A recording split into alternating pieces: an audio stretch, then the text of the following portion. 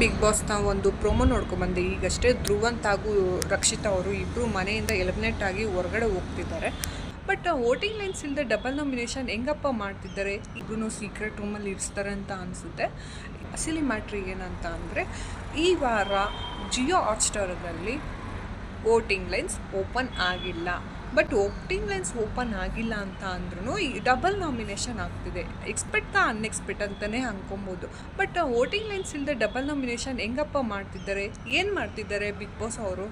May be ಈ week elimination ಇಲ್ಲ ಅಂತ ಅನಿಸುತ್ತೆ. ನಮ್ಮ ಪ್ರಕಾರ ನನ್ನ ಅನಿಸಿಕೆ ಏನಂತ ಅಂದರೆ, ಮೇ ಬಿ ಅವರಿಬ್ಬರೂ ಸೀಕ್ರೆಟ್ ರೂಮ್ನಲ್ಲಿ ಇಡ್ಬೋದು ಅಂತ ಅನಿಸುತ್ತೆ. ಇದಕ್ಕೆ ಮುಂಚೆ ಫಸ್ಟ್ ಆಲ್ರೆಡಿ ಒಂದ್ಸಲಿ ರಕ್ಷಿತಾ ಬಂದು ಮೊದಲನೇ ದಿನವೇ ಫಸ್ಟ್ ವೀಕ್ ಒಂದ್ಸಲಿ 1 ವೀಕ್ ಫುಲ್ಲು ಇದ್ದರು. ಸೊ ಈ ವಾರ ಕೂಡ